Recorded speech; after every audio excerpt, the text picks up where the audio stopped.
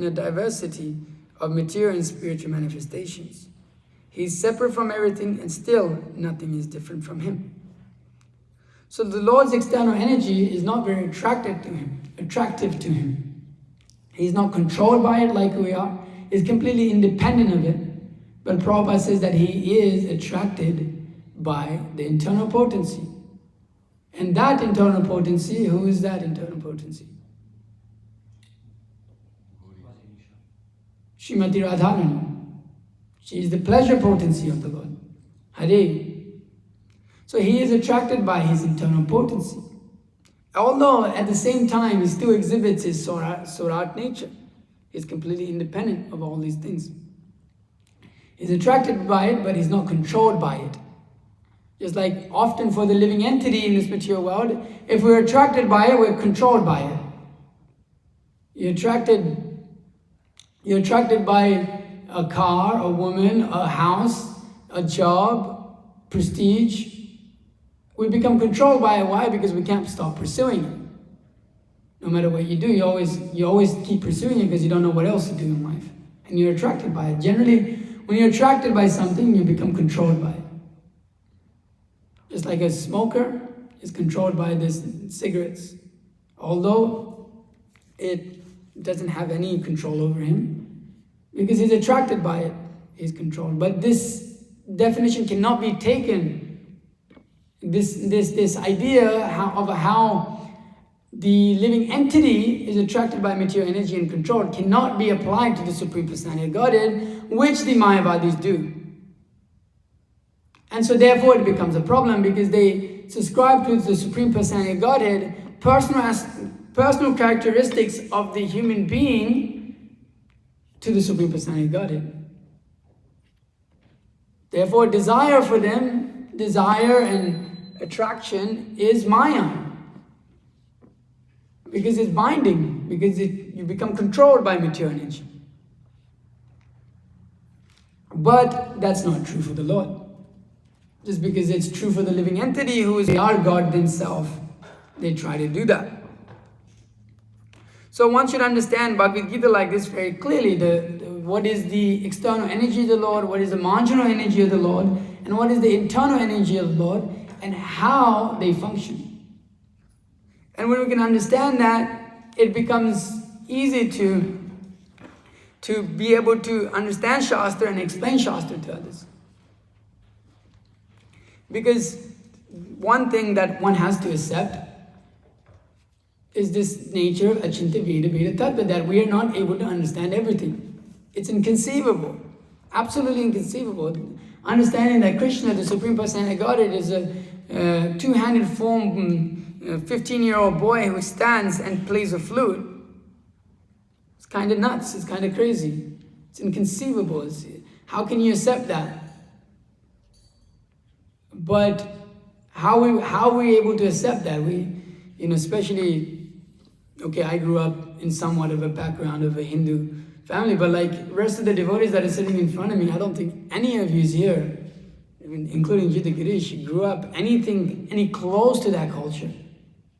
Who? Oh, yeah, okay. We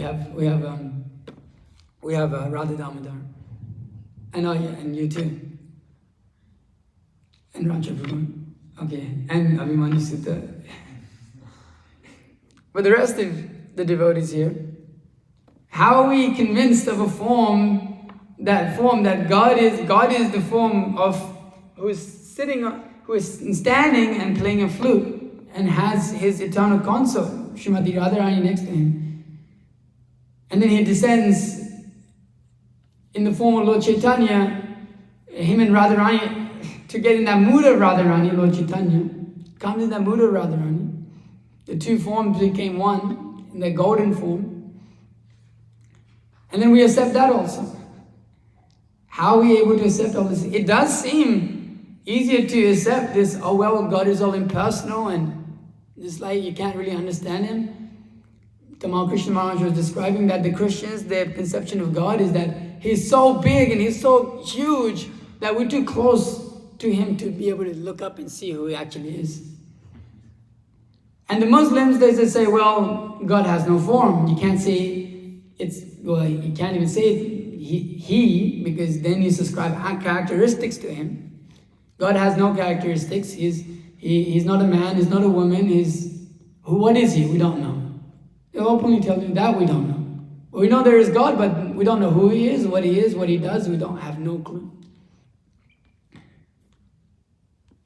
And that's why impersonalism and voidism is so prominent in the West, because there's no clear idea of who is God. But as soon as there is, just like we've described before, as soon as the sun rises and it dissipates the darkness and one can see, then one accepts the forms. Okay, this is what this looks like, this is what that looks like. Therefore, this Srimad Bhagavatam is risen. The Srimad Bhagavatam has arisen and is describing the form of the Lord. Now, in this instant, the Purusha Shukta prayers, is describing this universal form and the manifestation of this universe. But as you progress, or in the purports of Srila Prabhupada, Prabhupada is making it very clear the personal form is the ultimate form of the Lord. So, and because the Srimad Bhagavatam is dissipating all darkness, we're able to accept because we can see. That's why we're able to accept. Otherwise, how can you accept this? How can you accept this? That God is just like some guy just came and told you, like, what the hell? But because the Srimad Bhagavatam, which has authority, which has it's Krishna himself, it dissipates the darkness from the heart, within the heart. And it allows one to see. Srimatam Swakata Krishna Punya Shavana Kirtanam Hridayanta Abhadrani Vidunoti Suhat Satam Nashtaprayeshu Abhadreshu Nityam Bhagavata Sevaya Bhagavati Uttama Shloke Bhaktir Bhavati Naishtaki. That because of this constant hearing, of having some appreciation for hearing the Bhagavatam, Prabhupada says, what is the qualification? He says one is sincere and he's eager to hear. That is our qualification. That there was a level of sincerity in all, and a lot of sincerity in all the devotees that are present or on this planet who have come through to this Krishna conscious movement. There was a level of sincerity there, and there was a level of eagerness to hear. And therefore it was able to give us realization, give us understanding, give us complete faith that the Srimad Bhagavatam, the Guru, the Shastra, the Vaishnavas are bona fide, and I should accept this. And in that process, giving up everything else in our lives. So we can understand how powerful the Bhagavatam is, because having no touch with this culture, having no significance or participation in it, we're able to accept Krishna as the Supreme Personality of Godhead. Therefore, the Shastra, when one does such a thing, Shastra says they are the most intelligent. Sumedha Saha. They're the topmost intelligent persons on this planet. So we've been able to, by the mercy of Srila Prabhupada and the mercy of our Acharyas, been able to understand these things, how the Lord is personal and impersonal at the same time. And it is a complete conception, not a partial conception. So we're coming to the realization of the topmost realization of Bhagavan. So I'll end my class there, pretty short today. If there's any questions or comments, please feel free to ask. Hare Krishna. Any questions? Yes. I don't know, for the Mayavadis, could you say that there's even some, even small extent of,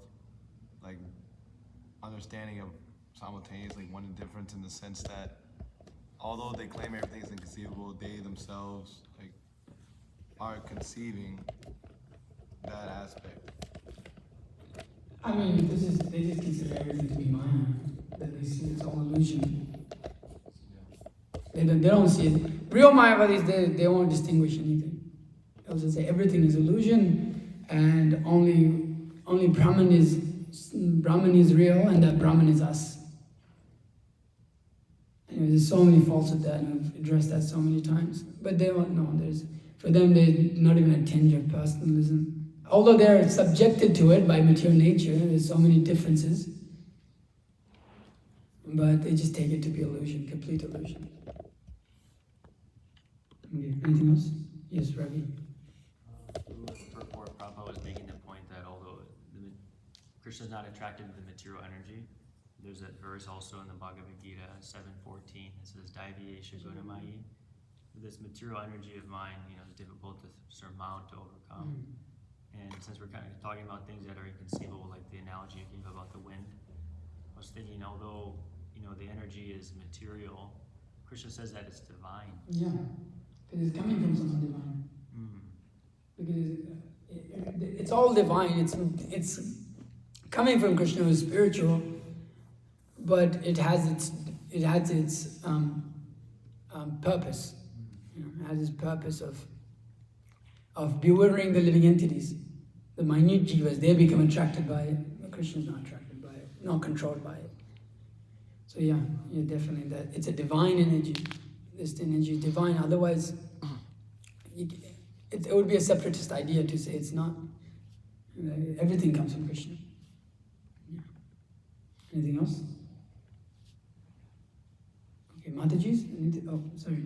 Can the simultaneous one indifference, does that apply to more than just Krishna? Because I feel like I've heard it explained for multiple things. Like Krishna is one and different from his creation, or the living entities are one with and different from Krishna. Yeah. And his energies. You can pretty much summarize everything as energies, right? His energies. So we're also his energy. We're the Tatashtra Shakti. Then there's his internal energy, and then there is his external energy.